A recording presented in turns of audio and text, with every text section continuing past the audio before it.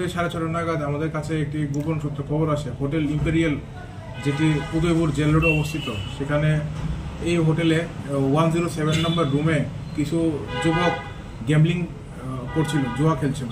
তৎক্ষণাৎ আমাদের RK Pur BSF officer এবং স্টাফ ওখানে হ্রাস করে এবং ওই রুম থেকে 7 জন যুবককে আমরা ডিটেইন করেছি। তো তখন আমরা গিয়ে দেখেছি ওরা গ্যাম্বলিং করছিল, জুয়া খেলছিল উইথ কার্ডস, 3 তাস যেটাকে বলে, এবং তাদের কাছে টোটাল 1,24,450 টাকা সিজ করা হয়েছে।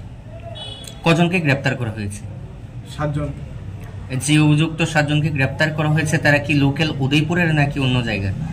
এখনো আমি যতটুকু খবর পেয়েছি ওরা বাইরে থেকে গেছিল, মিটিং বলে রুম হায়ার করেছিল, রুম রেন্ট করেছিল, কিছু একটা গ্রুপ মিটিং বলে। তো ওদেরকে হোটেল ওনার রুম একটা দিয়েছিল, 107 নম্বর রুম। তো সেই রুমে ওরা গ্যাম্বলিং করছিল। তাদের বাড়ি কোথায় ছিল? বাড়ি আমরা এখন দেখছি কোথায় ছিল। আচ্ছা, নামগুলো বলা যাবে? নামগুলা এখন আমরা রিভিল করছি না। আদালতে কি প্রেরণ করা হবে? প্রসিকিউশন রিপোর্ট সাবমিট করবে। টোটাল কত টাকা পাওয়া গেছে আরেকবার যদি বলেন?